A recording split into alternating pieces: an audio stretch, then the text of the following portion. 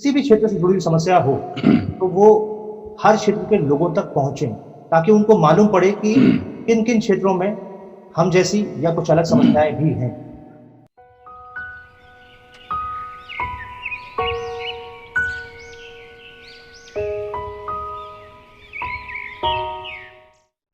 Manage करना sir बहुत कठिन हो रहा है। बच्चों की फीस भी जमा नहीं कर पा रहे हैं सर। यहाँ तक दूध वाले के पैसे भी नहीं दे पा रहे हैं। मकानों के किराए सर 2-2 3-3 महीने के ऐड चल रहे हैं हमारे ऊपर। कुछ लोगों की आपसी राजनीति के चलते, आपसी रंजिश के चलते इतने सारे लोगों की ज़िंदगियाँ बर्बाद करने की ये कोई साजिश तो नहीं थी? बिल्कुल कैरियर तबाह हो गया है सर। जिन लोगों की शादियां हुई उनके परिवार चल नहीं रहे सर। स्थितियां यहाँ तक पहुँच गई हैं। कई लोगों ने लोन पे अपने घर बनाए हुए हैं, कई लोगों ने ईएमआई पे कोई सामान लिया हुआ है, या और भी बहुत सी चीज़ें होती हैं। कई लोगों के घर में इलाज चल रहा होता है। आजकल इलाज भी इतना महँगा हो चुका है कि मेडिकल सेक्टर में एक अलग किस्म की लूट मची हुई है। और महँगाई की बात करें तो महँगाई कहना सही नहीं होगा, महँगाई भी वो अपने आप में लूट और डकैत है। हमारी माताजी बहुत बीमार है, पैसा नहीं तो कहीं से 100-200 रुपए सर इकट्ठा करके चंदे से इलाज करा रहे हैं। जल निगम में रिम्बर्समेंट मेडिकल का नहीं मिल पाता। किसी ने ये नहीं कहा कि लड़के गर्भवती थे, लेकिन निकाल दिए गए। आपने फॉर्म भरवाया, आपने एग्जाम लिया, आपने एजेंसी देगी, आपने इंटरव्यू लिया, आपने नौकरी दी, उसमें सदस्यों का कहाँ दोष है?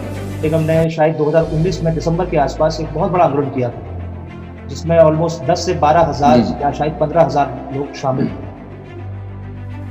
लेकिन मेन स्ट्रीम मीडिया की अगर बात करें, तो आपके उतने बड़े आंदोलन को कहीं भी जगह नहीं मिली। अगर जल निगम का मुद्दा, जो समस्या अगर मीडिया ने प्रमुखता से उठाई होती तो ये निश्चित ही सॉल्व हो गई होती। कि 4-4 महीने से सैलरी नहीं मिल रही। मेरा ही विभाग नहीं, और भी विभाग हो सकते हैं इसमें। बिल्कुल, इसमें पेंशन नहीं मिल रही। इसमें मैं बता देता हूँ कि नगर निगम भी शामिल है, कई जगहों के नगर निगम के ऑफिस बिल्कुल सर। शामिल हैं, कई जगह के डिपार्टमेंट्स के ऑफिस शामिल हैं जहाँ पे लोगों को नहीं मिल रही है। नगर निगम में ऐसे कई जगह हैं जहाँ पे 8-8 महीनों से कर्मचारियों को सैलरी नहीं मिली हुई, और ये बात जनता में पता भी नहीं है लोगों को। सरकार के पास अच्छा पैसा है, जी। लेकिन वो क्यों नहीं देना चाहती अपने कर्मचारियों को? दिन रात जूनियर इंजीनियर क्षेत्रों में लगा हुआ है। जो सरकार ने जो लक्ष्य दिए थे उससे ज्यादा जल निगम के कर्मियों ने उपलब्धि दी है सर, लेकिन उसके बाद भी तनख्वाह नहीं। ये अपने आप में महत्वपूर्ण है। किसी भी विभाग में ज्यादातर अधिकारी या कर्मचारी काम को लेकर बिल्कुल लापरवाह हो चुके हैं और करप्ट हो चुके हैं। इनफैक्ट ये कहना भी गलत नहीं होगा कि कहीं ना कहीं अहंकार में डूब चुके हैं। लेकिन इन्हीं में हर क्षेत्र में कुछ अच्छे लोग भी हैं, जिनकी संख्या परसेंटेज में तो बहुत कम होगी, लेकिन संख्या में बहुत ज्यादा होगी। क्या वो लोग ईमानदारी से काम कर पाते हैं जब स्टाफ की बहुत कमी हो और मूलभूत सुविधाओं की भी बहुत कमी है? ऐसे कई पोस्ट पद हैं जो खाली पड़े हैं काफी समय से, और ये मामला सिर्फ जल निगम का नहीं है, ये मामला नगर निगम का है, पीडब्ल्यूडी का है, विकास प्राधिकरण का है, राजकीय निर्माण विभाग का है, रूटा का है, कंटोनमेंट बोर्ड का है, और ऐसे कई डिपार्टमेंट। रेलवे में कितने ऐसे पद हैं, शिक्षा विभाग में ऐसे कितने पद हैं जो खाली पड़े हैं। स्टाफ की बहुत कमी है, चाहे वो पुलिस विभाग हो चाहे कोई भी विभाग हो। क्या कहीं ना कहीं ये मानसिक प्रताड़ना का एक पहलू नहीं बनता है कि जब एक स्टाफ में कमी होगी तो एक ही व्यक्ति के ऊपर 2-2 3-3 जिम्मेदारी होगी, एक ही व्यक्ति 2-2 3-3 जिम्मेदारियों को निभा रहा होगा, क्योंकि ये जिम्मेदारी उस शासन की है, उस सत्ता की है जिसको लोगों ने वोट दे करके अपने सर पर बैठाया है, और अब भूल चुके हैं उनसे सवाल करना। कुछ सोशल मीडिया पे यदि कुछ लिखा तो कुछ थाने से उनके पास फोन गए, इस तरीके की सर बातें हैं जी। तो इसलिए लोग डरते हैं सर। बहुत सी चीजें हैं जो सरकारी क्षेत्र में भी हैं, प्राइवेट क्षेत्र में भी हैं, तो उन पर रिसर्च करते समय जल निगम का एक मालूम पड़ा, तो हमने सोचा कि इस बारे में थोड़ी सी बात की जाए। तो हम जानना चाहते हैं कि अभी बहुत सी चीजें ऐसी मालूम पड़ रही हैं कि कई लोगों की सैलरी अटकी हुई है जल निगम में। ये कितने समय से अटकी हुई हैं, और आप लोग ऐसे में कैसे मैनेज कर रहे हैं इन सब चीजों को? सर ऐसा विभाग की आर्थिक स्थिति बहुत ही दयनीय स्थिति में है। ओके। लगभग अभी पिछले 4 मंथ से सैलरी कार्मिकों को नहीं दी गई। अभी दीपावली पर जुलाई की सैलरी दी गई है, तो अभी भी 3 मंथ की सैलरी शेष चल रही है। ओके। अच्छा, जैसा कि आपने बताया कि बहुत ज़्यादा आर्थिक स्थिति खराब है जल निगम की, यूपी जल निगम की, तो इसलिए जो है कर्मचारियों का वेतन नहीं पे कर पा रहे हैं। तो फिर ये बताइए कि अप्रैल के टाइम पे ये योगी आदित्यनाथ जो चीफ मिनिस्टर हैं उत्तर प्रदेश के, उनके लगातार ट्विटर हैंडल से ट्वीट होता है 27 अप्रैल 2020 को, जिसमें करीब 1,40,90,237 रुपए, ऑलमोस्ट 1,47,00,000 के आसपास अमाउंट जो यूपी जल निगम ने डोनेट किया है। तो जिस डिपार्टमेंट के पास में अपने कर्मचारियों को वेतन देने के लिए पैसे नहीं है, वो डोनेट कैसे कर पा रहा है? How is it possible? थोड़ा सा ये समझाएं प्लीज। जिस जिस वक्त देश कोरोना महामारी में था, जी। सभी की एक साथ सभी चीजें बंद हो गई। उसके बाद काम भी सफर करने लगे। जल निगम प्रशासन तंत्र ने, जो भारत सरकार ने जब अपने कार्मिकों के लिए 1 दिन के वेतन की देने के लिए आदेश जारी किए, उसी वक्त जल निगम द्वारा भी अपने कार्मिकों का 1 दिन का वेतन माननीय मुख्यमंत्री जी के मौजूदगी में उत्तर प्रदेश सरकार को दे दिया गया। लेकिन उसकी जल निगम कर्मचारियों को सूचना बाद में प्राप्त हुई। लेकिन गिरीश जी, सवाल ये है कि जिस महीने का वेतन आपको नहीं मिला था, उस महीने के वेतन में से 1 दिन का वेतन डोनेट कर दिया गया। जो चीज आपको मिली ही नहीं है, उसमें से चीज कैसे डोनेट कर दी गई, ये समझ नहीं आया। एक्चुअली सर, हमारी संगठन का ये स्पष्ट मानना था, डिप्लोमाई संगठन उत्तर प्रदेश जल निगम का ये स्पष्ट मानना था कि जो देश में स्थितियां खराब हो रही थी, मजदूर पैदल चल रहे थे, साइकिलों पर चल रहे थे, कोई बच्चों को कंधे पर लेकर के चल रहा था, तो हमारी संगठन ने ये तय किया था कि हम 1 दिन का वेतन, भारत सरकार का जब ऑर्डर भी नहीं हुआ था जी, उससे पहले, कि हम अपने जल निगम प्रशासन से कहेंगे कि कम से कम 1 दिन का वेतन दान दे दिया जाए। कम से कम हम कर्मचारियों से स्थिति, हमारी उन जो सड़क पर चल रहे मजदूर थे, जो कंधे पर लेकर के चल रहे थे, जो उन्हें 2-2 दिन से खाना नहीं मिला था, उनसे तो कहीं न कहीं बेटर स्थिति थी सर। ये सर हमारा पर्सनल डिप्लोमाई संगठन की सोच थी।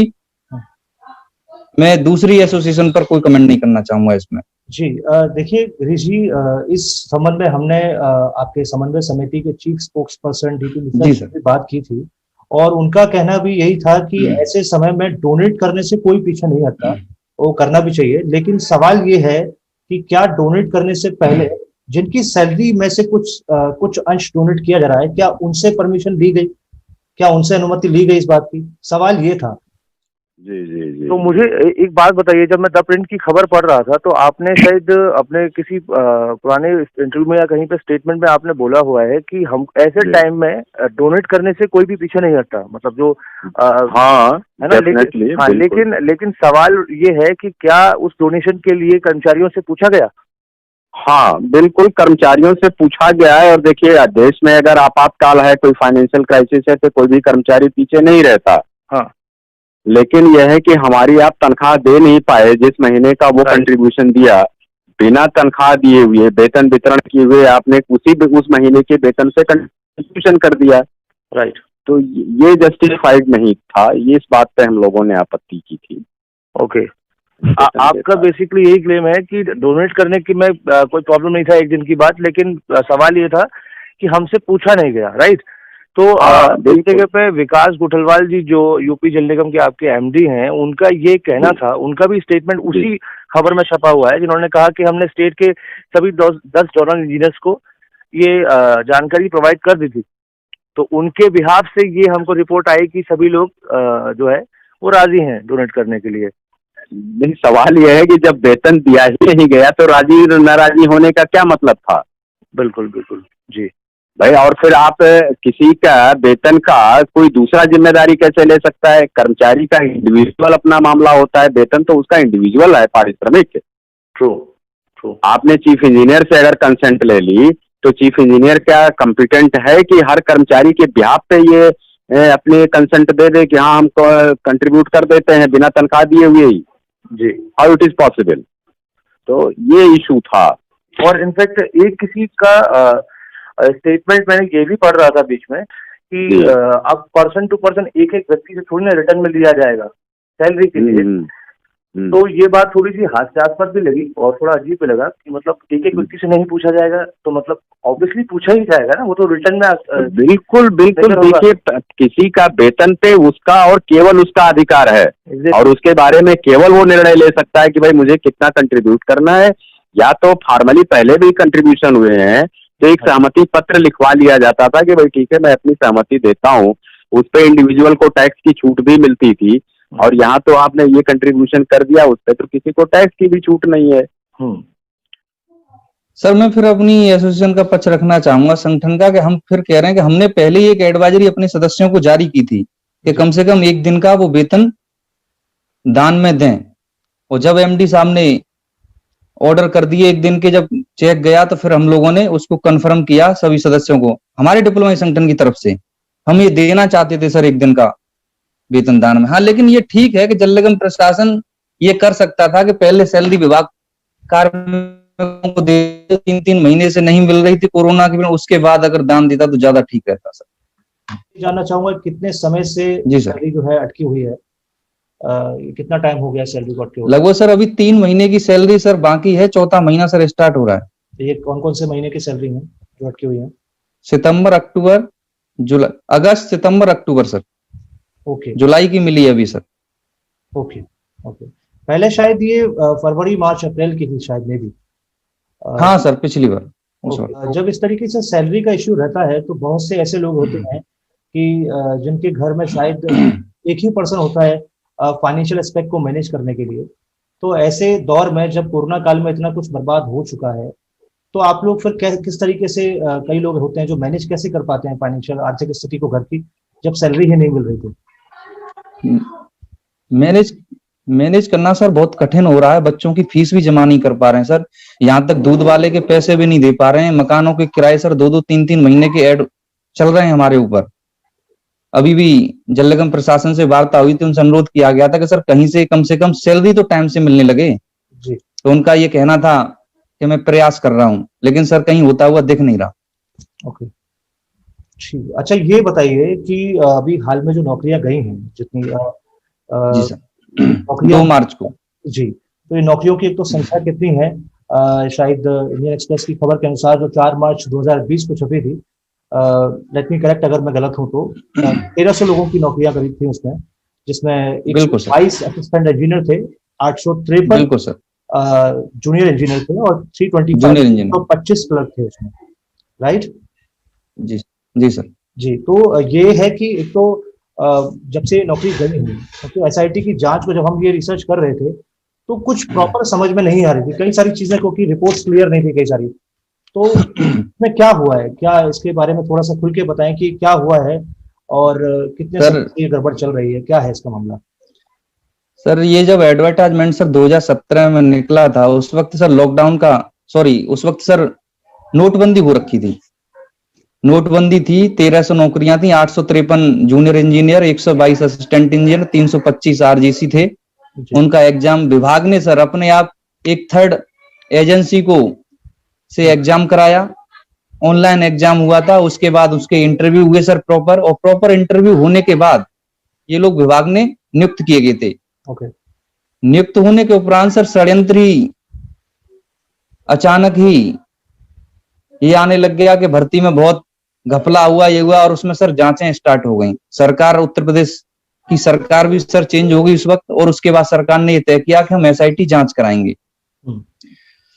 जब सर नोटबंदी पीरियड में ये भर्ती हुई थी, और कहीं से भी सर ऐसे ऐसे बच्चे हैं सर कि मतलब बहुत गरीब घर से बच्चे आए। जब सब्जी लेने के लिए आदमी पे पैसा नहीं था, जब आदमी 2-2 हजार के लिए सर बैंकों में लग रहा था, उस वक्त की सर ये भर्ती है। और उसके बाद इस पर इतने गंभीर आरोप लगे, जबकि एसआईटी की जो जांच रिपोर्ट आई शुरू में ऐसा कहीं नहीं पाया गया कि किसी भी स्टूडेंट की गलती है। अगर संस्था ने कोई गलती की, एजेंसी ने कोई गलती, तो जूनियर सदस्यों को क्यों सर, जूनियर इंजीनियर को क्यों उसका भुगतना पड़ा परिणाम? अच्छा, आपके एसोसिएशन ने, जबकि एसआईटी की सर जो रिपोर्ट, हाँ, एसआईटी की इसी रिपोर्ट के बारे में हम ये जानना चाह रहे थे कि इस एसआईटी की सर जो रिपोर्ट आई है उसमें भी किसी भी सदस्य को सर कहीं भी दोषी नहीं ठहराया गया है, किसी भी सदस्य को इंडिविजुअल। हालांकि अब प्रक्रिया का दोष की बात करते हैं, जबकि सर जो भी प्रक्रिया है, चाहे यूपी SSSC कराता है, यूपीएससी सर ऑनलाइन एग्जाम कराता है, जल निगम ने अपने ऑनलाइन एग्जाम कराए, या फिर इलेक्ट्रिकल विभाग ने सर ऑनलाइन एग्जाम कराए, यूपीपीसीएल ने, सभी के सेम ही प्रक्रिया है। उसी के तहत सर ऑनलाइन एग्जाम होकर के, इंटरव्यू होकर के नियुक्त हुए। तो ऐसा कहीं कोई गड़बड़ी नहीं मिली है। ओके। फॉरेंसिक जी। एफएसएल में हार्ड डिस्क सर एसआईटी ने जब्त की थी, वो 6 हार्ड डिस्क इन्होंने एफएसएल हैदराबाद भेजी थी। उनमें से भी एसआईटी ने कहा है कि कुछ लोग एक से 173 के आसपास के लोग लगभग ये कहें कि भाई वो लगभग दोषी टाइप पाए गए हैं, अच्छा। ये कहा है। लेकिन सर उसमें भी अगर सरकार को ये पता था कि लोग 173 में कुछ दिक्कत है तो उनके खिलाफ कुछ कार्रवाई करती, लेकिन पूरी भर्ती को सर निरस्त करना ये अन्याय है। जी। इस भर्ती में से ही सर चयन होकर के कुछ लोग यूपीएससी के थ्रू पीडब्ल्यूडी में गए, अदर डिपार्टमेंटों में गए, और अभी 2013 का जो एग्जाम था यूपीएससी का इरिगेशन का सर, उसमें कम से कम इन्हीं 853 में से लगभग 45 से 50 लोग गए हैं जी, जूनियर इंजीनियर्स में से। ओके जी सर। अच्छा, जैसा कि एसआईटी के बारे में आपने बताया 173 लोग करीब ऑलमोस्ट इसमें दोषी पाए गए हैं, तो क्या इसमें ये क्लियर हो पाया है कि दोष उनका क्या है, बेसिकली क्या उनकी गलती रही है, किस तरह का ये मामला है अंदर? ऐसा कहीं दोष नहीं, मैंने तो एसआईटी की रिपोर्ट पढ़ी है पूरी, उसमें मुझे कहीं ऐसा नहीं लगा कि उन्होंने इंडिविजुअली इंडिकेट किया हो। अगर सरकार को अलग से कुछ रिपोर्ट दी हो तो सर उसकी पता नहीं, लेकिन जो हमारे पास रिपोर्ट है उसमें हमें नहीं ऐसा दिखा। जी। एक नई बात और बताता हूं सर जी। अभी ये खुलासा हुआ है कि हमारी जो, हेलो आवाज आ रही सर? जी आ रही है। जब से सर उत्तर प्रदेश जल निगम का जल निगम प्रशासन ये कह रहा था कि हमारे पास ओरिजिनल डाटा नहीं है, हम इस बेस पर छांट नहीं सकते कि कौन गलत है और कौन सही है। अभी सुप्रीम कोर्ट में अपना जवाब दाखिल किया है, उसमें ये कहा है एपटेक ने, सर एपटेक ने एग्जाम कराया था ये ऑनलाइन, एपटेक ने कहा है कि हमारे पास ओरिजिनल डाटा है, वो भी नोएडा डाटा सेंटर में स्टोर है, हमसे ओरिजिनल डाटा मांगा ही नहीं गया। तो ये तो सर बहुत ही दुर्भाग्य है। ये जो आपने क्या अभी अपना काउंटर एफिडेविट दिया सर सुप्रीम कोर्ट में। अभी नहीं, ये जो आपने अभी एपटेक सर, एफटेक शायद ये वही कंपनी है जो मुंबई की प्राइवेट फर्म कंपनी जिसने एग्जाम कराया था। हाँ बिल्कुल सर, मैं sir Aptech limited. Aptech limited, okay जी सर। ओके अच्छा, ये बताइए, इनका ये कहना था कि डाटा रिटर्न, जी जी सर, जी जी, इन्होंने जो अपना काउंटर एफिडेविट दिया है उसमें ये बताया कि डाटा रिटेंशन पॉलिसी के तहत इनके तीन उसमें था कि पहले डाटा बॉम्बे रखा जाएगा 10 डेज के लिए, उसके बाद फिर पूरा प्रक्रिया होने के बाद वो इनका नोएडा सेंटर है वहां पर ये पूरा सुरक्षित रखा जाएगा, और उन्होंने ये कहा है कि डाटा वहां पर सुरक्षित है, अभी तक हमसे किसी ने मांगा नहीं है। ओके, तो जब वो डेटा ही अपने एफिडेविट में कहा है एपटेक ने सर। ओके, एक तो ये बात थोड़ी सी अजीब है, क्योंकि हम इस चीज को देख सकते हैं कि साफ साफ रिपोर्ट, ये जो खबरें छपी हुई है इनमें साफ बताया गया है कि एसआईटी की जांच में उस मुंबई की प्राइवेट फर्म को दोषी पाया गया है जिसका नाम आप बता रहे हैं एपटेक लिमिटेड, और वो कंपनी ये कह रही है कि हमारा जो भी डेटा है वो अभी तक हमसे किसी ने मांगा ही नहीं है। तो मांगा ही नहीं सर, तो फिर ये कैसे मालूम है इनको, ये कैसे डिसाइड कर रहे हैं कि इस कंपनी ने कोई गलत काम किया है जब कोई डेटा चेक ही नहीं किया? तो अब ये तो सर एसआईटी ही जाने सर, जबकि एपटेक ने तो सर यहां तक कहा है कि जो एसआईटी ने हार्ड डिस्क जो जब्त की थी जी, वो बेकार मटेरियल था। उनका ये कहना है कि जो उसमें एक एनालिसिस करते हैं वो खराब कंप्यूटर थे उसमें पड़े थे, उसको ये ले आए, ओरिजिनल डाटा नहीं था, वो ओरिजिनल डाटा नहीं लिया एसआईटी ने। अच्छा, अपने काउंटर एफिडेविट में अभी दिया है सर इन्होंने, एपटेक ने। अच्छा, तो वो फिर वो कहाँ से, वो डेटा कहाँ से इन्होंने ले लिया जो आप कह रहे हैं कि गलत डेटा है, या कहीं और से उठा लिया है? इनका ये कहना था कि एपटेक ने ये कहा है कि जो डाटा रिटेंशन सेंटर था बॉम्बे का, उसमें जो कई कंप्यूटर लगे हुए थे उसमें से जिस कंप्यूटर से डाटा लिया गया उसमें डाटा ओरिजिनल नहीं था। ओके ओके, और ये बात उस वक्त कही गई थी कि ये ओरिजिनल डाटा नहीं है, ये लिखा है उन्होंने सर अपने काउंटर एफिडेविट में। ओके अच्छा, दूसरा ये बताएं, क्योंकि जब हम इसको पढ़ रहे थे तो जिस तरीके से एसआईटी के बारे में कुछ ज्यादा क्लैरिटी हमको नहीं मिली। इंडियन एक्सप्रेस की हम खबर पढ़ रहे थे 4 मार्च 2020 की जो खबर थी उसमें वो भी या फिर द प्रिंट में या कहीं भी छोटे मोटे तौर पर जहां पर खबर छपी है, क्योंकि ज्यादातर मेन स्ट्रीम मीडिया ने तो कवरेज किया ही नहीं है इन चीजों को, और वो आजकल ज्यादातर कवरेज करते भी नहीं है, क्योंकि वो किसी और ही अलग चीज में बिजी है, मीडिया के काम के अलावा हर चीज में बिजी है वो। तो बेसिकली बताया गया कि मुंबई की जो निजी फर्म है, जो प्राइवेट फर्म है, उसने एग्जाम कराया, वो दोषी है। उसमें जिन लोगों ने एग्जाम दिया उनको दोषी पाया गया। मतलब हाईलाइटेड चीजें बताई गई कि ये गड़बड़ है, वो गड़बड़ है। उनमें बेसिकली जी जी गड़बड़ जी इंटरनल है क्या, वो कहीं भी डिटेल में जानकारी नहीं है। लेकिन जैसा कि आप बता रहे हैं कि एसआईटी की रिपोर्ट भी आपने पढ़ी है, उसमें भी कुछ ऐसा क्लैरिटी नहीं है। इसमें इनफैक्ट उसमें एक लाइन और हाईलाइट कर दी गई है, लेकिन क्लैरिटी उसमें भी नहीं हो रही है कि 173 लोग हैं, 173 लोग दोषी पाए गए हैं, लेकिन उनका दोष क्या है ये उस रिपोर्ट में क्लियर नहीं है, जैसा कि आपका कहना है। जी जी जी जी जी बिल्कुल सर। जी। तो सवाल यहाँ पर ये है कि हाइपोथेटिकली अगर मान भी लिया जाए कि कुछ लोगों ने गड़बड़ की हो, तो सारे लोगों को निकालना क्या ये जरूरी था? क्या ये फैसला एक जल्दबाजी नहीं थी? क्या कुछ लोगों की आपसी राजनीति के चलते, आपसी रंजिश के चलते इतने सारे लोगों की जिंदगियां बर्बाद करने की ये कोई साजिश तो नहीं थी? जैसे फिर चाहे वो एसएससी का मामला हो, या फिर यूपी में जो करीब 70,000 के आसपास शिक्षकों की भर्ती का मामला हो, या फिर जल निगम का मामला हो, या फिर कोई और मामला भी हो, तो क्या ऐसा लगता है कि कुछ लोगों की राजनीति की सजा जो है वो बहुत से मासूम लोगों को दी जा रही है? बिल्कुल सर, आज के परिवेश के हिसाब से प्रतीत हो रहा है कि मतलब स्टूडेंट अपनी तैयारी कर रहा है, लगातार मेहनत कर रहा है, और उसके बाद अगर किसी उसका कोई दोष नहीं है, और उसके बाद अगर 3 साल के बाद नौकरी करने के बाद उसको बर्खास्त कर दिया जाए, तो उसके परिवार पर सर क्या स्थिति हो रही होगी? तो वो तो जाति का शिकार निश्चित रूप से हुए हैं सर। जी जी। ओके। तो एक चीज और ये जानना चाहेंगे कि इस वक्त मुझे मालूम पड़ा कि जो इंजीनियर्स को हटाया गया है, जिनको टर्मिनेशन दिया गया है, काफी सारे इंजीनियर्स से हमारी बात हुई, तो उनमें एक अजीब सा डर देखने को मतलब मिल रहा था, क्योंकि फ्रंट पे आने में कई लोग, जो उनका कहना था कि अभी हम फ्रंट पे नहीं आना चाह रहे हैं, उनके अपने बहुत सारे पक्ष थे उसके पीछे। तो नाम ना बताने की शर्त पे कई लोगों ने हमसे बात की, और कई ऐसी बातें बताई जो बड़ा ही एक अलग सा खुलासा करती हैं, जो बड़ी अजीब सी बात बताती हैं कि अगर जो भी लोग फ्रंट पे आके कह रहे हैं अपनी बातें, उनको पर्सनल टारगेट किया रहा है। तो क्या ये बात सही है कि पर्सनल टारगेट किया जा रहा है? अगर ये सही है तो फिर ऐसे हालातों में कितना और ज्यादा मुश्किल हो जाता है अपनी बातों को संवैधानिक दायरे में खुल करके रख पाना। कठिन तो है ही है सर, आज का समय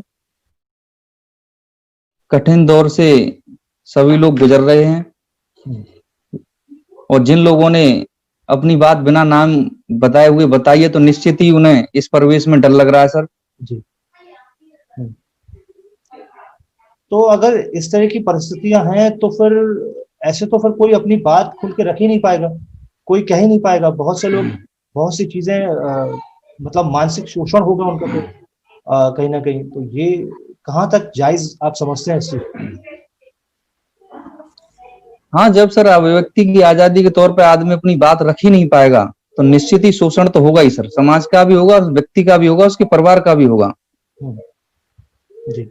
अच्छा, ऐसा भी हो सकता है कि जब ये टर्मिनेशन उनको दिया गया, या जब से ये केस चल रहा है कोर्ट में, कुछ ऐसे भी लोग होंगे जिनकी एज लिमिट किसी भी अगली सरकारी नौकरी में अप्लाई करने की या तो खत्म हो चुकी होगी या खत्म होने वाली होगी। ऐसे भी कुछ लोग हो सकते हैं।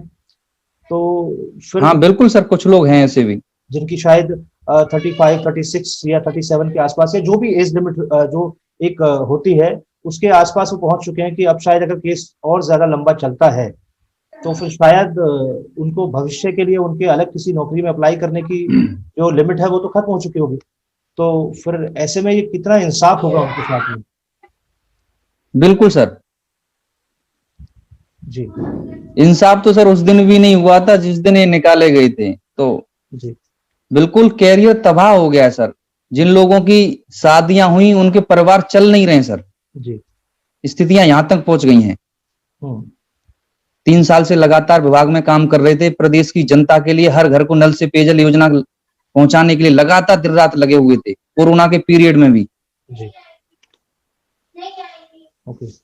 अच्छा, एक तरफ जैसे नौकरी छूट जाने के बाद से, क्योंकि केस तो हालांकि बहुत समय से चल रहा है, लेकिन टर्मिनेशन जब से इनको दिया गया है और जब से इनको वेतन भी नहीं मिल रहा, शायद ऑलमोस्ट 8 to 9 मंथ्स हो गए, 8 से 9 महीने शायद, जहां तक जानकारी हमें है। तो बहुत सी चीजें होती हैं, चाहे जी, फिर वो ईएमआई का मामला हो, लोन का हो या ब्याज का हो। कई लोगों ने लोन पे अपने घर बनाए हुए हैं, कई लोगों ने ईएमआई पे कोई सामान लिया हुआ है, या और भी बहुत सी चीजें होती हैं। कई लोगों के घर में इलाज चल रहा होता है। आजकल इलाज भी इतना महंगा हो चुका है कि मेडिकल सेक्टर में एक अलग किस्म की लूट मची हुई है।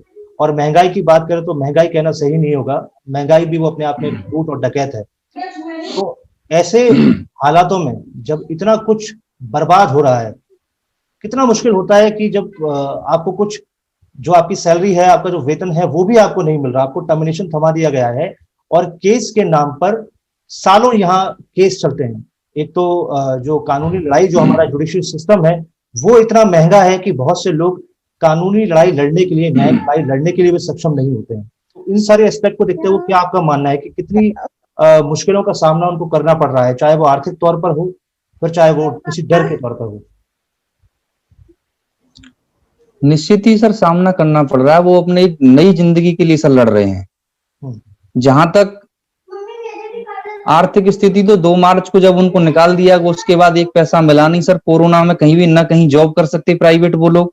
जी। लगातार कोर्ट में, हाई कोर्ट और सुप्रीम कोर्ट में डेट पे डेट आगे बढ़ी जा रही हैं। वो पूरी तरह से सुनवाई हो नहीं पा रही, उनका लगातार पैसा खर्च हो रहा है। जहां तक सर कुछ लोगों की बीमार इस समय में हेल्थ जो खराब होगी, जो बीमार हुए, उनको चंदा देकर के भी सर, चंदा भी दिया गया। जो तनख्वाह आ जाती थी, अगर आ गई, किसी की माँ बीमार है तो किसी ने कहा कि भाई हमारी माता जी बहुत बीमार है, पैसा नहीं, तो कहीं से 100-200 रुपए सर इकट्ठा करके चंदे से इलाज करा रहे हैं। क्योंकि सरकार का सर रिम्बर्समेंट की जो पॉलिसी है मेडिकल की, वो बहुत ही अत्यंत दयनीय स्थिति में है। उससे इतने रूल रेगुलेशन है कि कर्मचारी ले ही नहीं पाता। जल निगम में तो सर नहीं ले पाता।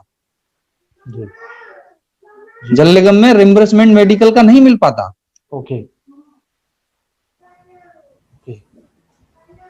तो एक बात सुप्रीम कोर्ट ने सर, अभी सुनवाई हुई थी पिछली बार। जी जी। सरकार की सर बता रहा हूं, जल निगम प्रशासन की तरफ से जो वकील उपस्थित हुए, उन्होंने सुप्रीम कोर्ट में कहा कि सर कुछ हाई कोर्ट में रिट हैं, वहां पर ज्यादा कैंडिडेट हैं, इसकी सुनवाई सुप्रीम कोर्ट में न की जाए। लेकिन सुप्रीम कोर्ट सामने अड़िंग रहे और उन्होंने कहा कि नहीं, इसकी सुनवाई यहीं होगी और मेरिट पे होगी। तो कुछ उम्मीद सर जो है, वो उम्मीद सुप्रीम कोर्ट से ही कार्मिकों को बंधी है, और सुप्रीम कोर्ट पे ही निगाह है कि देश न्याय होगा, और न्याय पे ही सर लोग डटे हुए हैं। ओके। अगर हम हाइपोथेटिकल मान भी लें कि कुछ भ्रष्टाचार हुआ है, हमें तो नहीं पता कि क्या सही है क्या गलत है, वो तो न्याय प्रणाली डिसाइड करेगी। लेकिन ये सवाल अपने आप में है कि क्या वो 1300 लोग जिनको टर्मिनेशन दिया गया, क्या वो सारे के सारे दोषी हैं? मान लिया 10 हो सकते हैं, 20 हो सकते हैं, 25, 30, 50, 100, 150, तो क्या वो सारे 1300 लोग हैं? तो उन 1300 लोगों को टारगेट एक साथ क्यों किया गया? क्या पहले उचित कार्रवाई करके उन जो सही दोषी लोग हैं उनको नहीं पकड़ना चाहिए था? क्या ऐसा नहीं है? तो उन सबके सबको हटा दिया गया। उनमें से कई ऐसे लोग होंगे जिनके ऊपर अपने परिवार की, पूरे परिवार की जिम्मेदारी अकेले उनके कांधे पर होगी। ऐसी कई महिला इंजीनियर भी उसमें शामिल हैं, कई लड़के उसमें शामिल हैं, युवा उसमें शामिल हैं। तो वो कैसे इन हालातों में अपने घर को मैनेज कर पा रहे होंगे? या कई बार ऐसा परिवार की तरफ से भी दबाव रहता होगा कि अब छोड़ो, इस केस में कुछ नहीं रखा हुआ है। कई बार वो भी टूटते होंगे, उनका भी हौसला टूटता होगा कि अब पता नहीं क्या होगा। तो कैसा लगता है जब आप उनसे मिलते हैं या उनकी हालातों को समझते हैं, तो किन हालातों में है वो लोग इस समय? खैर सर, बहुत ही कष्टमय जीवन बीत रहा है इस समय उनका। लगातार ऐसे समय पर मैं सर ये गारंटी से कहता हूं, मैं डिप्लोमा संगठन पे जल निगम का महामंत्री हूं सर। मुझे तो आज तक ऐसा कोई लड़का मिला ही नहीं मुझे लगता है कि इसमें कुछ गड़बड़ है। कोई भी नोटबंदी थी सर, 2000 रुपए नहीं थे आदमी पे, उसके लिए लाइन में लग रहे थे। उस वक्त इंटरव्यू दिए लोगों ने, उस वक्त रिटन क्वालिफाई किए, तो गड़बड़ी की तो गुंजाइश है ही नहीं सर इसमें। फिर भी अगर संस्था की तरफ से कोई गड़बड़ी हुई तो उन लोगों को क्यों दोष दिया गया? उन लोगों को क्यों बर्खास्त किया गया? उनका क्या दोष था इसमें? कोई दोष नहीं था सर उनका जी। लेकिन एक हठ धर्मता के कारण उन लोगों को निकाल दिया गया। एक महत्वपूर्ण सवाल यहाँ पर यह भी है कि जब से इनके साथ ये इंसिडेंट हुआ है, जब से इनको टर्मिनेशन दिया गया है, कोई भी विभाग, मतलब अपने विभाग से आपके कोई भी अधिकारी इनसे मिलने गया या किसी भी पॉलिटिकल पार्टी से कोई भी लीडर इनके चीजों को, इनके पहलुओं को समझने के लिए गया हो। क्योंकि जब हम इसको पढ़ रहे थे कि एक तो पहले से ही बहुत कम जगह ऐसी रिपोर्ट्स थी जहां पर इनको शामिल किया गया, मतलब ज्यादा जगह खबरें छपी भी नहीं है इस संबंध में, लेकिन जितनी भी जगह छपी हैं कहीं भी इन लोगों का पक्ष नहीं दिखाई दिया। मतलब सिर्फ ये दिखाई दिया कि भ्रष्टाचार हो गया और उस पर जो है एसआईटी का गठन हो गया और ये हो गया वो हो गया, लेकिन जो इंजीनियर्स का पक्ष था, वो क्लर्क्स का जो पक्ष था, जिनको टर्मिनेशन दे दिया गया है, जिनके संबंध में केस चल रहा है जिनके खिलाफ, उनका पक्ष कहीं भी रिपोर्ट्स में किसी भी खबर में दिखाई नहीं दिया। तो क्या आप लोगों ने मीडिया से कांटेक्ट करने की कोशिश नहीं करी, या मीडिया ने आपके पक्ष को सुनना ही जरूरी नहीं समझा? वो मामला क्या रहा वो भी जरा बताएं। सर, जब 2 मार्च को ऑर्डर हुए थे निकालने के, तत्काल 6 मार्च को पूरे प्रदेश का आंदोलन डिप्लोमा संगठन ने बुलाया था सर, और उसमें अपना पक्ष रखा था। प्रत्यावेदन माननीय मुख्यमंत्री जी को दिया था हमने। उसके बाद होली थी, और होली के बाद तत्काल सर लॉकडाउन हो गया, और लॉकडाउन की शर्तें इतनी कड़ी थी और उसमें फिर ज्यादा चीजें कुछ हो नहीं पाई सर, ये समस्याएं रही उसमें। लेकिन हाँ, संगठन ने लगातार अपना पक्ष हर प्लेटफॉर्म पर रखा, मीडिया में भी रखा। मुख्य सचिव उत्तर प्रदेश सरकार, माननीय मुख्यमंत्री जी, प्रमुख सचिव नगर विकास, एमडी जल निगम, सभी के स्तर पर अपना अपना पक्ष रखा, और पर्याप्त हर स्तर पर पक्ष रखा गया सर जी। लेकिन गिरीश जी, किसी के पास ये कहने के लिए नहीं था सर, किसी ने ये नहीं कहा कि लड़के गड़बड़ थे। किसी भी जहां भी वार्ता हुई संगठन की, किसी ने ये नहीं कहा कि लड़के गड़बड़ थे, लेकिन निकाल दिए गए जी। अच्छा, लेकिन हम जब मीडिया रिपोर्ट्स देख रहे थे, जो कि पहले से ही बहुत कम रिपोर्ट हुआ है इस मुद्दे पर, तो क्या ऐसा हम समझ सकते हैं कि आप लोगों ने अपना पक्ष मीडिया के सामने रखने की कोशिश तो करी, लेकिन मीडिया ने उसको रखा नहीं अखबार में या अपने प्रिंट मीडिया में या इलेक्ट्रॉनिक मीडिया? हाँ, ये सर उतनी प्रमुखता से सर नहीं आई चीजें जितनी प्रमुखता से आनी चाहिए थी, जबकि हर स्तर पर पूरा विरोध हुआ सर। और आज से नहीं, 2017 से ही विरोध कर रहा था सर संगठन, डिप्लोमा संगठन लगातार 2017 से लगा हुआ था। पहले सर जल निगम प्रशासन ने इनकी परीक्षा अवधि को बढ़ाया था 1 साल, 2 वर्ष की परीक्षा अवधि होती है प्रोबेशन पीरियड को, जब बढ़ाया, जब डिप्लोमा संगठन ने कहा कि आपने गलत तरीके से बढ़ाया है, उसके बाद फिर इन्होंने अपना फैसला वापस लिया और उसको कैंसिल किया जी। अच्छा, आपने कहा कि शायद प्रमुखता से नहीं लिया गया, तो ये बात थोड़ा सा और इसको एलैबोरेट करें कि आप ये क्या कहना चाह रहे हैं कि इस मुद्दे को प्रमुखता से नहीं लिया गया, या फिर आपके साइड के वो जो पहलू थे उन इंजीनियर्स के, उनको प्रमुखता से नहीं लिया गया मीडिया रिपोर्ट्स में? हम सर ये कहना चाह रहे हैं कि जो भी इस प्रक्रिया में जो भी बातें हुई थी डिप्लोमा संगठन द्वारा हर प्लेटफॉर्म पर उठाई गई। ये कहा गया कि नोटबंदी में आए, आपने प्रक्रिया, आपने फॉर्म भरवाया, आपने एग्जाम लिया, आपने एजेंसी तय की, आपने इंटरव्यू लिया, आपने नौकरी दी, उसमें सदस्यों का कहां दोष है? सदस्यों का दोष तो कहीं इन्वॉल्वमेंट ही नहीं है उसमें, लेकिन उसके बावजूद भी उनको इस तरीके की कार्रवाई से गुजरना पड़ रहा है। वो हर महीने त्रस्त होते थे, कोई न कोई हर महीने कहानी आ जाती थी कि एसआईटी के लिए ये गड़बड़ है, कि जल निगम ने अपनी जांच करा ली उसमें ये गड़बड़ है, कि आईआईटी कानपुर, एनआईटी इलाहाबाद से हमने रिपोर्ट मंगा ली, ये गड़बड़ियां हैं, और जबकि था कुछ नहीं सर।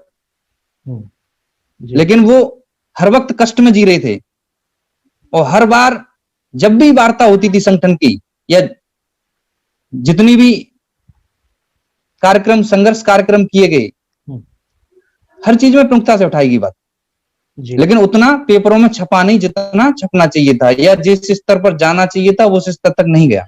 ये जानकारी दीजिए कि ये केस ऑलमोस्ट कितने समय से सुप्रीम कोर्ट या जिस तरीके से ये कोर्ट टू कोर्ट जा रहा है, कभी किसी कोर्ट में जा रहा है, उसके बाद किसी और कोर्ट में चला जा रहा है, तो ये चीजें बहुत चल रही हैं। तो जब उन लोगों से हमारी बात हो रही थी जिनको टर्मिनेशन दे दिया गया है, उनसे बात करते समय ये साफ साफ हम लोग महसूस कर पा रहे थे कि गुस्सा है उनके मन में सिस्टम को लेकर के, एक फ्रस्ट्रेशन है उनके मन में, लेकिन फ्रंट पे आने से, कहने से डर रहे हैं। शायद नौकरी का खतरा, या जान का खतरा, या अपनी छवि का खतरा, क्योंकि जिस तरीके से आज आवाज उठाने वालों को, बोलने वालों को से बदनाम कर दिया जा रहा है, उनके खिलाफ एक प्रोपेगेंडा, एक नैरेटिव चलाया जाता है, उनकी नौकरी पे, उन पे पर्सनल अटैक किए जाते हैं, तो उन लोगों के अंदर एक अलग सा गुस्सा था।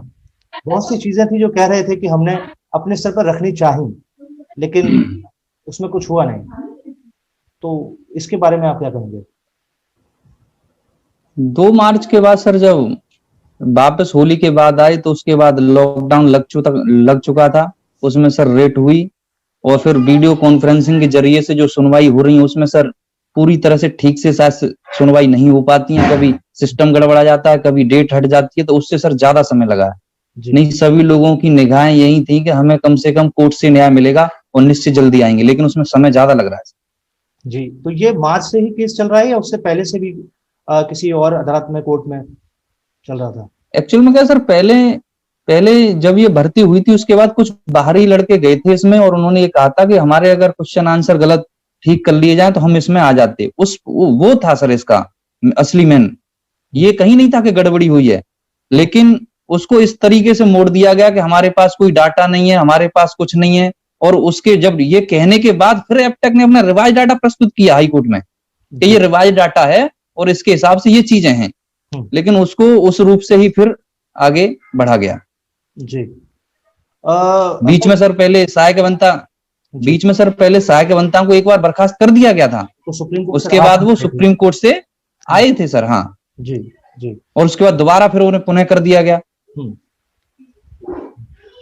ये जो भी आपने बात की कि कुछ लोगों ने जो बच्चों ने एग्जाम में पार्टिसिपेट किया था, उसी के बारे में शायद एक खबर इंडियन एक्सप्रेस की जगह पर लिखा हुआ है कि चयन प्रक्रिया पूरी होने के तुरंत बाद कई उम्मीदवारों ने जो है अनियमितताओं को लेकर के शिकायत अपनी दर्ज कराई थी, आरोप लगाया और जो है कोर्ट का रुख किया। तो शायद यही बात है। लेकिन क्या जिन लोगों ने अनियमितताएं नहीं थी सर, अनियमितताओं के लिए नहीं लगाया था उन्होंने ये कहा था कि सर जो क्वेश्चन आंसर हर भर्ती में होते हैं कि 2-4 जो गलत क्वेश्चन आंसर हैं इनके नंबर हमें दे दिए जाएं तो हमारा सिलेक्शन हो जाएगा। ये केस था, अनियमितताओं का केस नहीं था। ये इंडियन एक्सप्रेस की खबर में ये चीज हम पढ़ रहे थे, उसके अकॉर्डिंग हमने बताया है। गवर्नमेंट के पास ये इन्फॉर्मेशन या ये कंप्लेंट किस बिहार से पहुंची है? क्या किसने कंप्लेन करी या कैसे पहुंचा उनके पास में इन्फॉर्मेशन? नहीं, कंप्लेंट्स कुछ लोगों ने किया था संभवतः गवर्नमेंट लेवल पे, गवर्नमेंट के को रिपोर्ट किया था कि अनियमितताएं हुई हैं, इस तरह की कुछ शिकायतें की गई थी। ओके। उस शिकायतों के बाद फिर एसआईटी का गठन हुआ है, क्योंकि एसआईटी का गठन तो ऐसे सो मोटो नहीं हुआ था, लोगों की शिकायत पर ही हुआ था, तो उसमें ये सब चीजें कुछ आई हैं। ओके। और ये जिन लोगों ने शिकायत करी थी मे भी शायद वो लोग भी कहीं ना कहीं पार्टिसिपेंट रहे थे उस एग्जाम में। हाँ, कुछ तो जिनका सिलेक्शन नहीं हुआ वही कुछ कैंडिडेट्स थे। कुछ कैडर में, जैसे जेई कैडर में था तो कुछ तो उसी में से थे जिनका सेलेक्ट नहीं हुए फाइनली, तो उसमें से भी थे। और भी हो सकता है कुछ कंप्लेंट्स रही हो।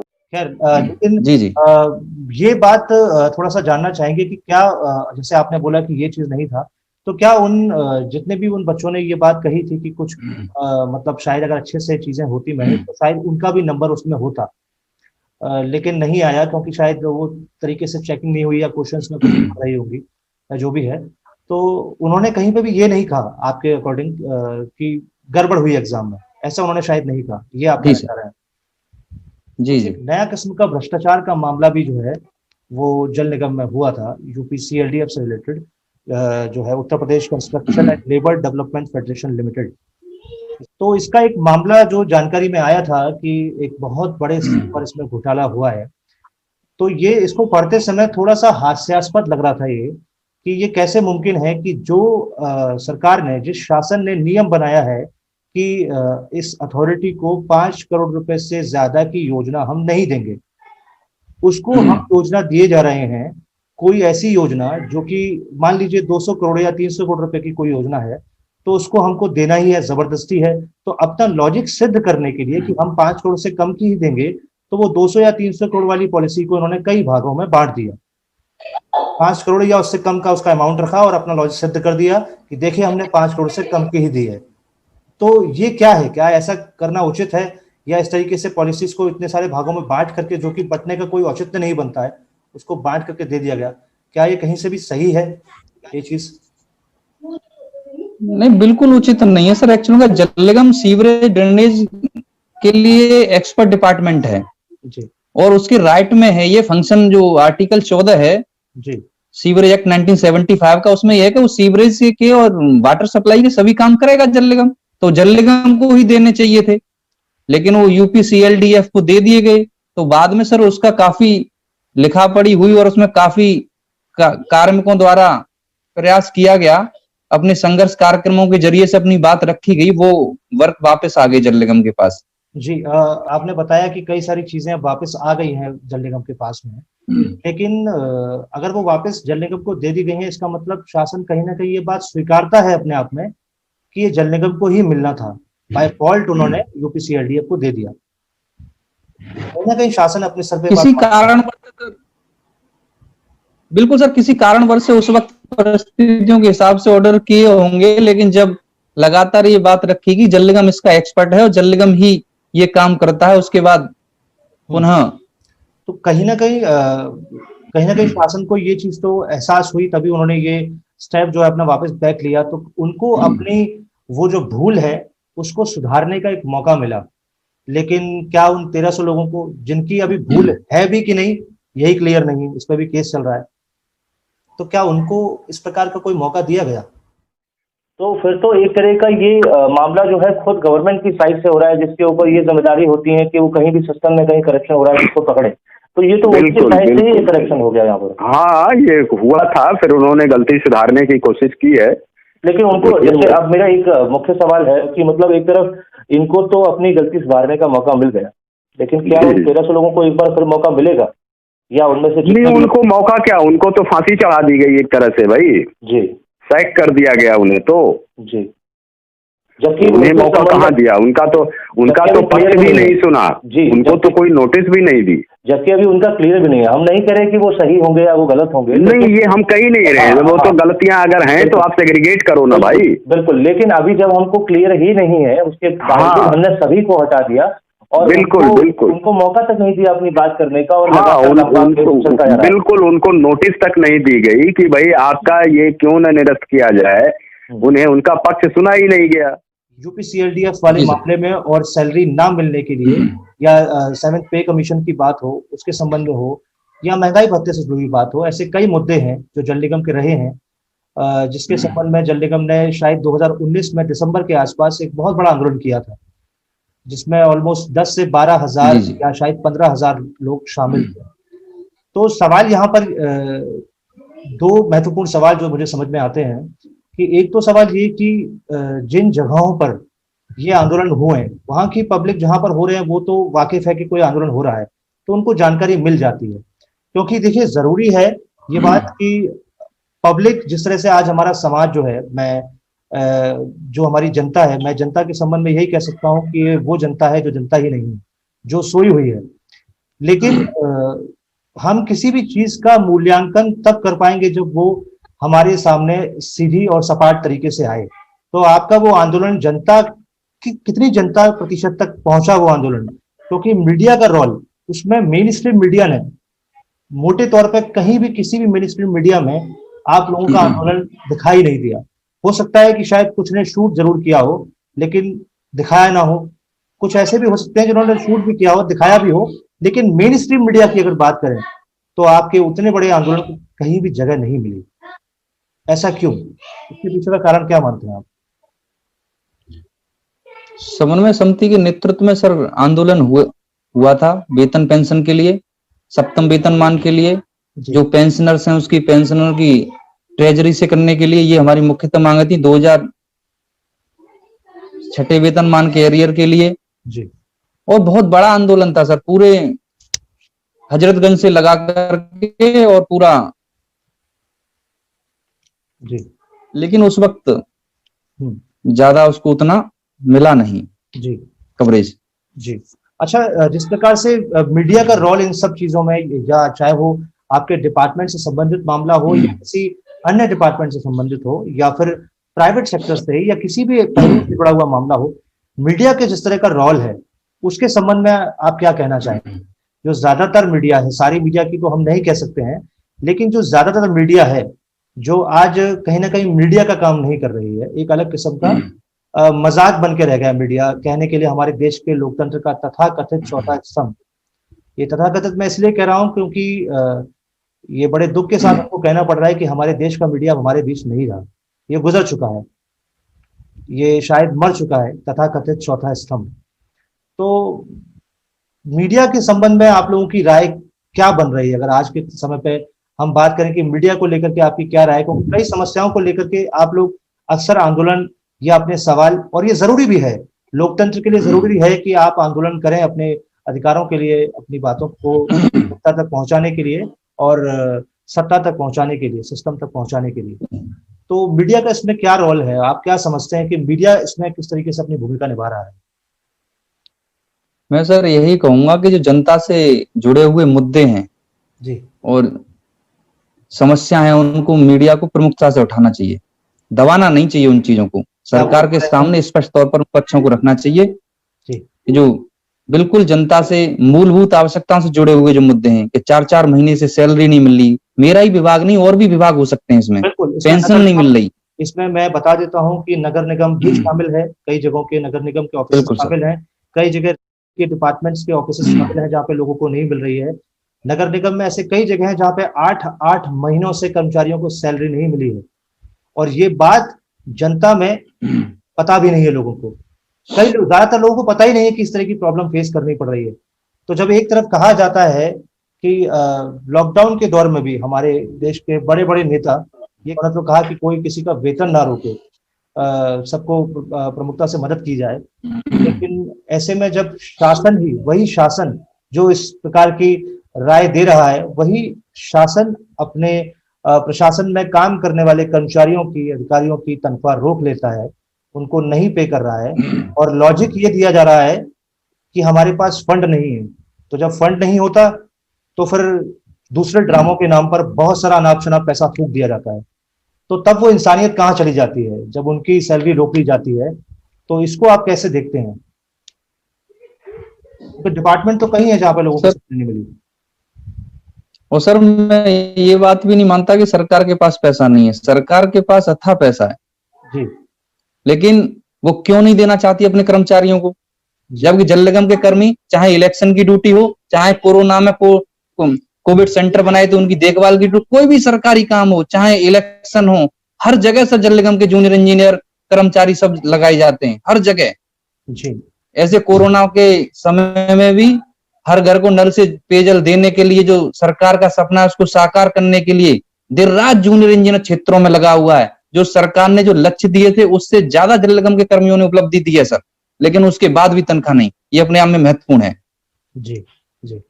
अच्छा, जैसे कि आपने अभी एक बड़ी अच्छी बात बोली थी मीडिया के संबंध में, मैं बार बार इस शब्द पर इसलिए भी जोर दे रहा हूँ क्योंकि कहीं ना कहीं ये बहुत जरूरी हो जाता है कि जब किसी भी क्षेत्र से जुड़ी हुई समस्या हो तो वो हर क्षेत्र के लोगों तक पहुंचे, ताकि उनको मालूम पड़े कि किन किन क्षेत्रों में हम जैसी या कुछ अलग समस्याएं भी हैं। तो जैसा आपने कहा कि मीडिया को जनता की जो मूलभूत समस्याएं हैं उनको दिखाना चाहिए, लेकिन एक तो सवाल ये है कि क्या वो ऐसा कर रहा है? इसका स्पष्ट जवाब दीजिएगा कि क्या वो ऐसा कर रहा है? मैं ये मानता हूं सर कि अगर जल निगम का मुद्दा, जो समस्या अगर मीडिया ने प्रमुखता से उठाई होती तो ये निश्चित ही सॉल्व हो गई होती। इस बात पे मैं सर यही कहूंगा बस जी। कि अगर उनको प्रमुखता से उठाया गया होता, आज भी जो जेजेएम के काम जल निगम से गए हैं और ऐसे नोडल विभाग जल निगम था उससे काम हटा करके दूसरी जगह दे, तो निश्चित ही सर वो जनता को लाभ तो नहीं मिलने वाला है। अगर आप 1 साल बाद 2 साल बाद फिर जल निगम को वापस करेंगे तब तक स्थिति बहुत खराब होगी। मामला रहता है कि कई जगहों पर आपके जो कर्मचारी कई बार काम करने के लिए पहुंचते हैं, क्योंकि कुछ ऐसी समस्याएं आई थी कानपुर से या फिर आगरा से, जब आपके सिस्टम, आपके डिपार्टमेंट से कुछ इंजीनियर्स ग्राउंड लेवल पर काम कराने के लिए पहुंचे हैं, तो कई ऐसे क्षेत्र होते हैं जहां पर जो जनता है उनमें भी कई असामाजिक तत्व होते हैं जो कई प्रकार से धमकियां देना या उनके साथ गलत व्यवहार करना, इस तरह की बदतमीजियां होती हैं। तो सवाल यहाँ पर यह है कि ऐसी परिस्थितियों में क्या आपको डिपार्टमेंट की तरफ से कभी कुछ मदद मिलती है? क्योंकि मैं ये बात यहाँ कहना तो सही नहीं समझता हूँ, लेकिन ऐसे कुछ 1-2 केसेस रहे हैं जहां पर डिपार्टमेंट ने किसी प्रकार की मदद नहीं करी उन इंजीनियर्स की जिनको कहीं पर कुछ प्रॉब्लम हुई, तो फिर हमारी टीम ने उसको मैनेज जरूर किया। लेकिन यहाँ पर यह है कि क्या मोटे मोटे तौर पर आप इसको बता सकते हैं कि क्या ऐसी कोई इंसिडेंट होने के बाद में डिपार्टमेंट अपने स्तर पर उन लोगों का साथ देता है जब ये मालूम पड़ जाए कि सामने बदतमीजी करने वाला जनता का आदमी जो भी है उसमें से वो किसी बड़े रुतबे का आदमी है, बड़े रुतबे से मतलब चाहे वो किसी पॉलिटिकल कनेक्शन हो कोई भी या फिर कुछ और, तो क्या डिपार्टमेंट से सहयोग मिलता है?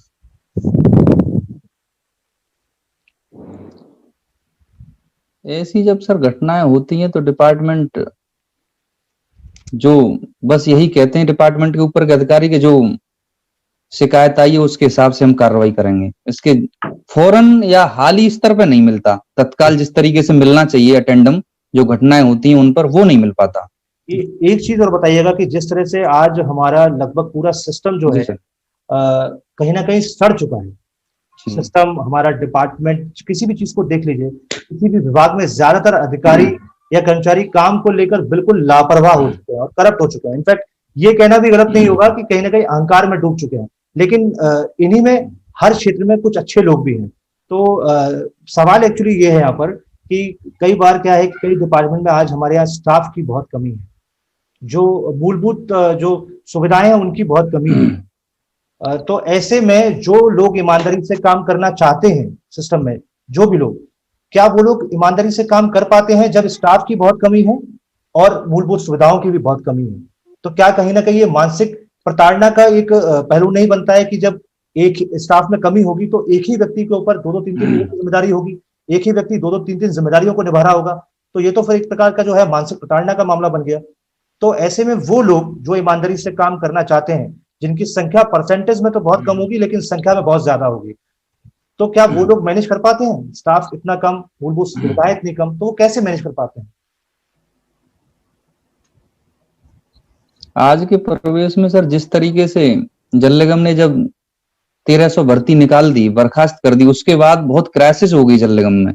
और जल निगम एक्चुअल में सर सेंटेज पर काम करता है, तो जल निगम का कर्मचारी बैठ तो सकता ही नहीं, वो निरंतर काम करता है जी। इंजीनियर्स लगातार दिन रात मेहनत कर रहे हैं सर क्षेत्रों में। अगर कार्य नहीं करेंगे तो सेंटेज नहीं मिल पाएगी, तो फिर तनख्वाह नहीं मिलेगी। स्थितियां इस तरीके की हैं, तो लगातार कार्य कर रहे हैं। हाँ, ये है कि जो काफी जब सहयोग नहीं मिलता है तो झल्लाते हैं, फिर बैठ जाते हैं, फिर काम करते हैं, लेकिन कार्य सर लगातार निरंतर कर रहे हैं। लेकिन अभी जो सवाल है वो ये है कि जो लोग अपना काम ईमानदारी से करना चाहते हैं, कई बार क्या होता है कि उनको भी, क्योंकि वो ज्यादा ईमानदारी से काम कर रहे हैं, तो बहुत सी प्रॉब्लम उनको फेस करनी पड़ जाती है कि आप ज्यादा ईमानदारी दिखा रहे हैं तो लीजिए जरा आपको ईमानदारी सिखा देते हैं हम। तो उनको जो है अलग किस्म की चीजें बता दी जाती है, धमका दिया जाता है, डरा दिया जाता है, उनको हमेशा डर के काम करना पड़ता है। तो एक तो ये भी है कि ईमानदारी से काम करना आज के सिस्टम में, पूरी ईमानदारी से करना तो ईमानदारी से ही चाहिए, लेकिन फिर वो कितना ईमानदार रह पाते हैं, एक ये भी सवाल है।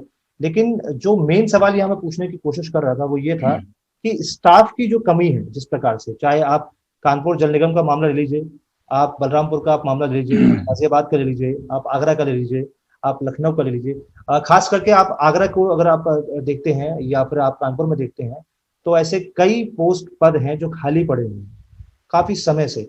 और ये मामला सिर्फ जल निगम का नहीं है, ये मामला नगर निगम का है, पीडब्ल्यूडी का है, विकास प्राधिकरण का है, राजकीय निर्माण विभाग का है, रूटा का है, कंटोनमेंट बोर्ड का है, और ऐसे कई डिपार्टमेंट, शिक्षा से जुड़े हुए विभाग हैं, तो इनमें खाली पड़ी है। जैसे भी हम आगरा की बात करें तो आगरा नगर निगम में सिविल चीफ इंजीनियर की पोस्ट न जाने कब से खाली पड़ी, और ऐसे कितने पद हैं, रेलवे में कितने ऐसे पद हैं, शिक्षा विभाग में ऐसे कितने पद हैं जो खाली पड़े हुए हैं।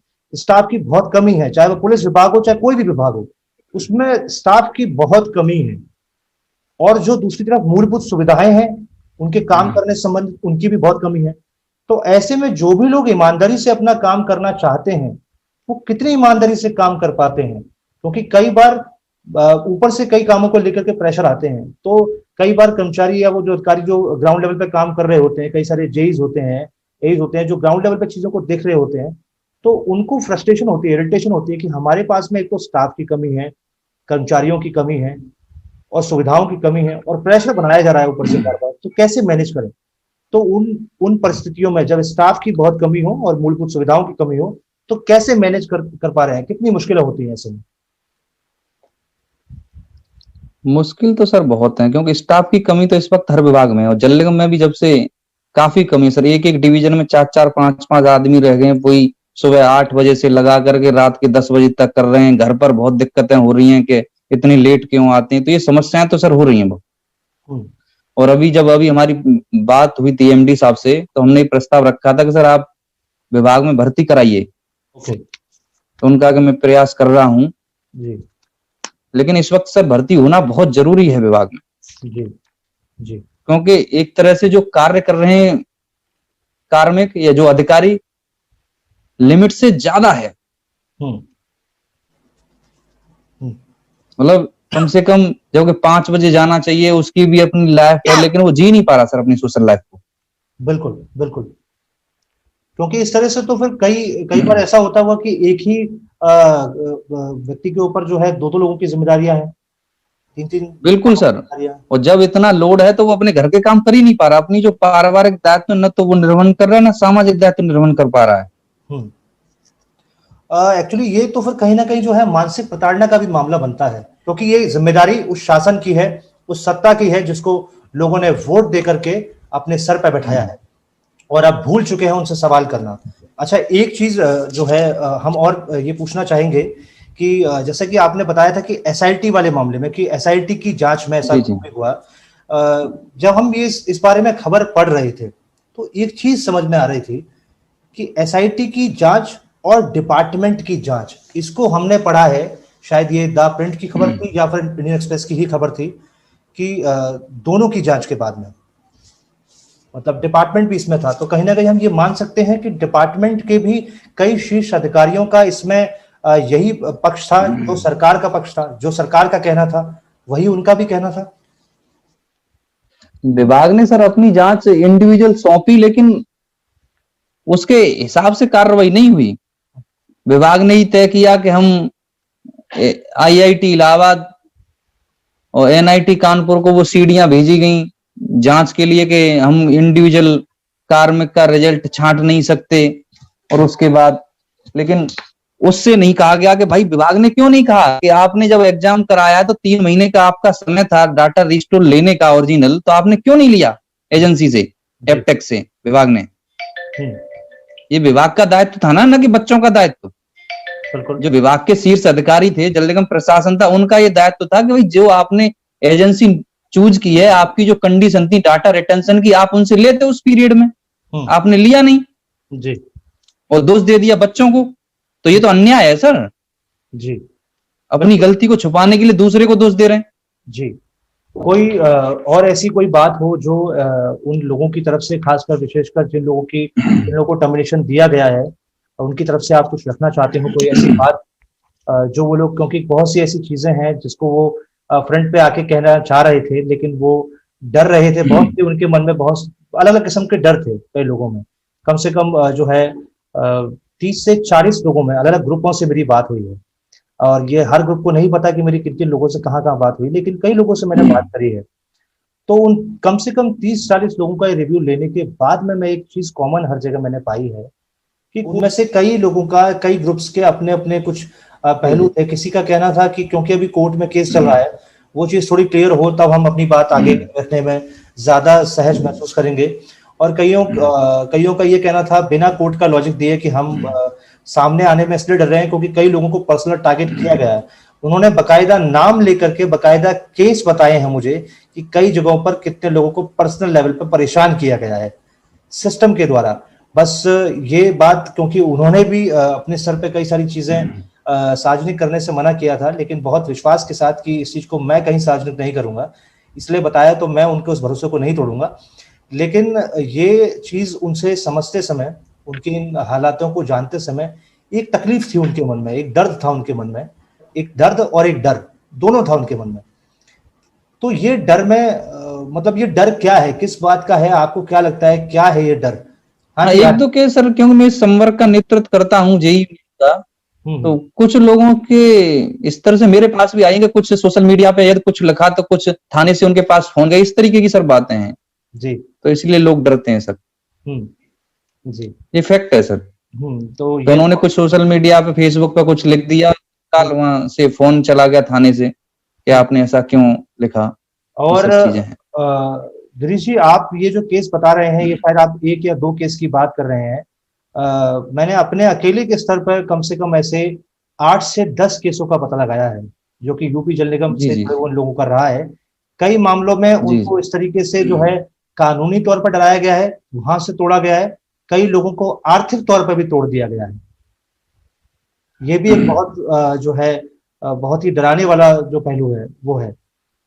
कोई ऐसी बात हो जो बिल्कुल सर। आप उनके साइड से रखना चाहें, कोई ऐसी चीज हो जो शायद वो ना रख पाए हो, या आपको लगता है कि उनकी तरफ से मैं रख सकता हूँ वो बात, कोई ऐसी बात हो जो आप कहना चाहें?